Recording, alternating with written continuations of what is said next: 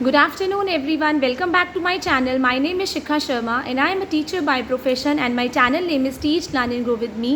तो आज ये वीडियो मेरी उस बहुत बड़ी गलती के लिए है जो मैंने की एग्ज़ाम पास करने के बाद भी, but due to my carelessness, मेरी लापरवाही की वजह से मैं वो ज्वाइन नहीं कर पाई। तो आप लोगों की रिक्वेस्ट के बाद मेरे पास रिक्वेस्ट आई थी एक मेरे सब्सक्राइबर की कि मैम आपसे कौन सी बहुत बड़ी गलती हो गई थी इन DSSB, ताकि हमसे वो गलती ना हो, तो आप उस पर एक वीडियो बनाइए। तो ये वीडियो मेरी उसी के लिए है। एक्चुअली 2009 में मैंने B.Ed कंप्लीट किया फ्रॉम IP यूनिवर्सिटी और मैं प्राइवेट जॉब करने लग गई थी। एंड अराउंड मुझे जॉब करते हुए 1 साल हो गया था इन ओजस पब्लिक स्कूल सेक्टर 17 रोहिणी। और 2010 में DSSB की वैकेंसीज़ आई थी। अभी तो आपका एग्ज़ाम क्या होता है, पार्ट ए और पार्ट बी दोनों ऑब्जेक्टिव टाइप होता है और अब तो कंपटीशन और ज़्यादा हार्ड हो गया है। बट एक्चुअली 2010 में जो एग्ज़ाम होता था, पहला वाला पार्ट ए आपका ऑब्जेक्टिव होता था और जो पार्ट बी होता था वो सब्जेक्टिव होता था और उसमें 5 क्वेश्चंस आते थे आपके 20-20 मार्क्स के, मतलब 100 नंबर के, राइट। 5 क्वेश्चंस और पार्ट ए आपका 100 नंबर का था। तो उस टाइम पे मैंने जनरली ऐसी ही पढ़ाई की थी। मैं ये नहीं बोलूँगी कि मैंने बहुत ज़्यादा मेहनत करी थी, बट हाँ, क्योंकि मैं स्कूल में पढ़ा रही थी, I was taking classes, senior classes, तो बस हाँ थोड़ा बहुत हल्का फुल्का मैंने घर में पढ़ाई की थी। मतलब इतना ज़्यादा हार्डवर्क नहीं किया था कि मेरा एग्ज़ाम DSSB का वो भी क्लियर हो जाए। बट बाय गॉड ग्रेस क्या हुआ, मैंने 2010 में एग्ज़ाम दिया और मेरा करकरडूमा में पड़ा था मेरा जो सेंटर था, एग्ज़ामिनेशन सेंटर।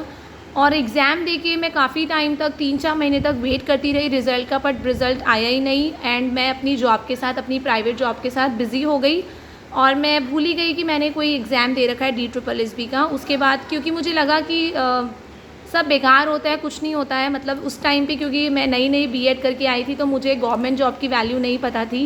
बट वो लेटर ऑन रियलाइज़ हुई कि गवर्नमेंट जॉब और प्राइवेट जॉब में कितना फ़र्क होता है। गवर्नमेंट जॉब में आपको कितने सारे बेनिफिट्स मिलते हैं, आप टेंशन फ्री होके अपने काम पे जाते हो, आपको लगता है कि हाँ ये मेरी पोस्ट है, ये मेरी चेयर है, जब तक मैं इस पे से रिटायर नहीं होंगी या नहीं होऊंगा तो जब तक इस पर कोई नहीं आ सकता। बट प्राइवेट जॉब में ऐसा नहीं होता है, जैसे ही आप वहाँ से छोड़ोगे तो आपकी जगह आपको कहीं कोई भी रिप्लेस कर सकता है, राइट। और जब तक आप काम कर रहे हो तो तब तक आपकी वैल्यू है।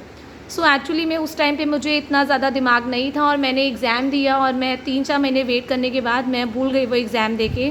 और एक्चुअली में रिज़ल्ट भी था 2 साल तक आया ही नहीं। उसका रिज़ल्ट आपका 2012 में आया और मैंने वो रिज़ल्ट भी चेक नहीं किया। That was my biggest mistake. जबकि मैं ऐसी नहीं हूँ, मैं उन बच्चों में से हूँ जो मतलब टीचर ने जो बोल दिया उसी को फॉलो करना है, वही रूल्स करना है। तो मैं अपने क्लास में भी मैं स्टूडेंट थी, तो मैं उन बच्चों में से थी कि जो टीचर बोलती है मैं उसको बहुत सीरियसली फॉलो करती थी कि हाँ मैम ने बोला है तो अब ये करना है।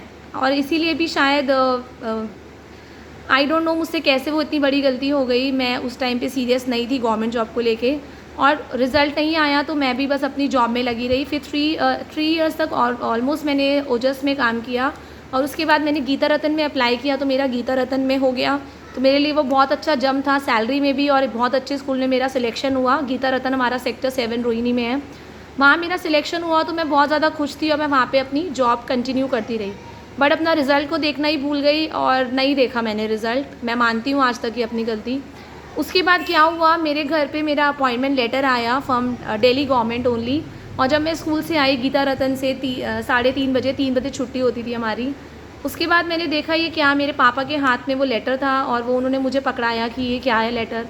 उस टाइम मेरे पापा बहुत गुस्सा थे मुझसे कि आप इतनी बड़ी गलती कैसे कर सकते हो, हमने आपको इतना सब कुछ सिखाया है और आपसे इतनी बड़ी गलती कैसे हो गई। वो मेरा अपॉइंटमेंट लेटर था जो हफ़्ता 10 दिन पहले आया हुआ था और उसमें ये था कि मतलब मेरे को लेट मिला वो कि अगर आपने 1 हफ़्ते में अब ज्वाइनिंग नहीं करी तो हम आपकी पोस्ट को कैंसिल कर देंगे।